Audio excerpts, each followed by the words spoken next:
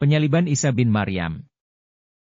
Dan karena ucapan mereka, sesungguhnya kami telah membunuh Al-Masih Isa bin Maryam utusan Allah, mereka tak membunuh dia dan tak menyalib dia, sampai mati, melainkan ditampakkan kepada mereka seperti demikian. Sesungguhnya orang-orang yang berselisih tentang itu, mereka dalam kebimbangan tentang itu. Mereka tak mempunyai pengetahuan tentang itu, selain hanya mengikuti dugaan, dan mereka tak membunuh dia dengan yakin, tidak. Allah mengangkat dia ke hadapannya. Al-Quran Surat 4 ayat 157 dan 158. Dua pendapat. Ayat suci tersebut mengungkap isi hati umat manusia yang terkait dengan peristiwa penyaliban Al-Masih Isa bin Maryam pada hari Jumat 7 April 30 Masehi. Atas dasar ayat suci tersebut seluruh umat Islam sepanjang zaman sependapat bahwa Nabiullah Isa bin Maryam tak dibunuh dan tidak pula disalib. Dengan demikian ucapan Yahudi dibantah. Hanya orientasi bantahan, tak disalib, pendapat alim ulama Islam terbelah menjadi dua pendapat, yaitu: pertama, berpendapat bahwa yang disalib adalah Yudas Iskariot, seorang murid beliau yang khianat, setelah diserupakan dengan Nabiullah Isa, dan Nabi Isa sendiri tak terjamah oleh tangan mereka, karena beliau diangkat Tuhan ke langit, sebagaimana tercermin dalam terjemahan ayat bantahan terhadap ucapan kaum Yahudi, dan karena ucapan mereka, sesungguhnya kami telah membunuh Al-Masih Isa bin Maryam Rasul Allah, padahal mereka tidak membunuhnya dan tidak pula menyalibnya, tetapi yang mereka bunuh ialah orang yang diserupakan dengan Isa bagi mereka. Sesungguhnya orang yang berselisih paham tentang pembunuhan Isa, benar-benar dalam keraguan yang dibunuh itu, kecuali mengikuti persangkaan belaka, mereka tidak pula yakin bahwa yang mereka bunuh adalah Isa, tetapi yang sebenarnya, Allah telah mengangkat Isa kepadanya, Al-Quran Surat 4 ayat 157 dan 158. Jadi yang mereka tangkap di Taman Getsemani pada hari Kamis malam Jumat tanggal 6 April 30 Masehi adalah Yudas Iskariot. Demikian pula yang mereka sidang di Sanhedrin lalu keesokan harinya diadili oleh Pontius Pilatus. Yudas Iskariotlah yang dicaci maki dan memanggul salib dari Petroleum Romawi sampai ke Bukit Golgota, akhirnya disalibkan setelah dimahkotai duri.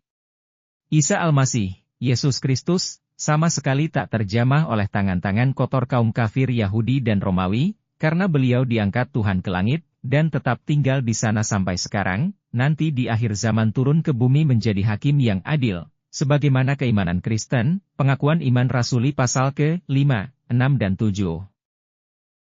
Kedua, berpendapat bahwa yang mereka tangkap di Taman Getsemani memang Isa Al-Masih, bukan Yudas Iskariot. Beliau juga yang disidang oleh para ulama Yahudi di Sanhedrin, kemudian diadili oleh Pontius Pilatus, akhirnya diarak di sepanjang jalan penderitaan, Via Dolorosa, dengan caci maki, hinaan dan penganiayaan. Setibanya di Bukit Golgota disalibkan bersama dua penjahat. Arti penyaliban, Scholz. Untuk memahami masalah teologis krusial ini terlebih dahulu perlu memahami apa arti kata penyaliban, Scholz. Menurut Kamus Lisanul Arab dan Tajul, Arus, Scholz adalah cara membunuh yang sudah terkenal, sehingga kata Sholabahu artinya membunuh dia dengan cara yang sudah terkenal. Lain Lexicon. Kamus Besar Bahasa Indonesia menjelaskan menyalib artinya menghukum mati pada kayu salib. Tangan dan kaki orang yang dihukum itu direntangkan dan diikat atau dipaku pada kayu salib. Dari empat kamus itu terang sekali bahwa kata Scholz atau penyaliban adalah cara membunuh atau menghukum mati pada kayu salib. Jadi kalau hanya direntangkan kedua tangan dan kaki dipakukan pada tiang salib, tetapi tidak sampai mati hanya seperti mati saja, namanya bukan disalib. Dengan demikian kalimat Ma Sholalabuhu dalam ayat 4157 itu tak sekali-kali mendustakan dipakukannya Isa Al-Masih pada tiang salib, tetapi hanya mendustakan wafatnya Nabi Isa Al-Masih pada tiang salib sebagai akibat penyaliban.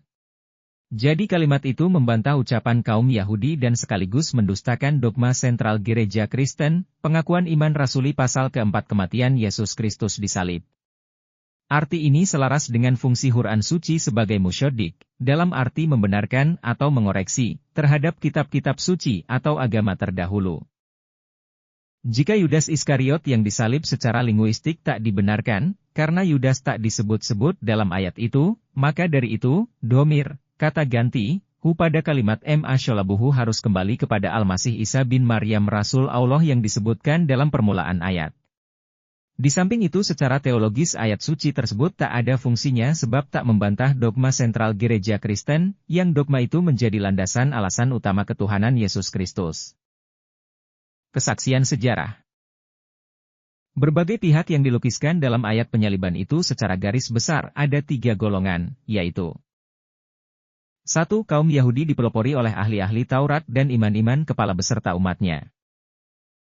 2. Pontius Pilatus dan laskarnya beserta rakyatnya, dan 3. Nabi Isa Al-Masih dan pengikutnya, yang terdiri dari 2 golongan yakni yang terlibat langsung dalam penurunan Yesus lalu mengafaninya, setelah diobati lalu menguburkannya, antara lain Yusuf Arimatea, Nikodemus, ibunda beliau Maria, istri beliau Maria Magdalena dan Maria yang lain, dan golongan yang hanya jadi penonton, mereka menyaksikan dari jauh.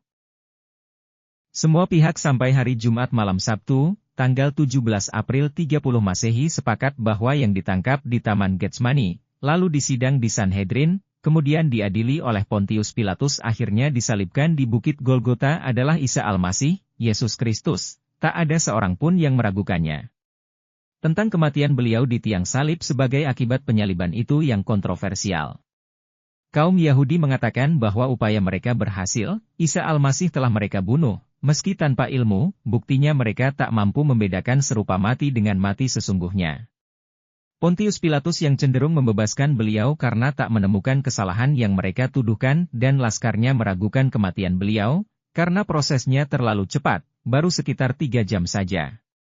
Para murid yang terlibat langsung dalam perawatan diri Yesus paksa penyaliban beranggapan seperti kaum Yahudi. Tetapi mereka yang terlibat langsung hakul yakin bahwa syubihalahum, beliau hanya diserupakan telah mati bagi mereka, alias hayat masih dikandung badan, beliau hanya mati suri atau koma berat saja. Sampai hari Sabtu tanggal 8 April 30 Masehi. Semua pihak sepakat bahwa yang dikuburkan di makam kudus milik Yusuf Arimatea adalah Yesus Kristus, bukan orang lain. Yang meragukan kaum Yahudi adalah kematian beliau, karena mereka teringat nubuat yang beliau sampaikan tentang kebangkitannya pada hari ketiga. Maka mereka minta kepada Pontius Pilatus agar pintu makam disegel dan dijaga oleh laskar. Permintaan mereka dikabulkan oleh Pontius Pilatus. Jadi mereka tak meragukan siapa yang tergantung di tiang salib.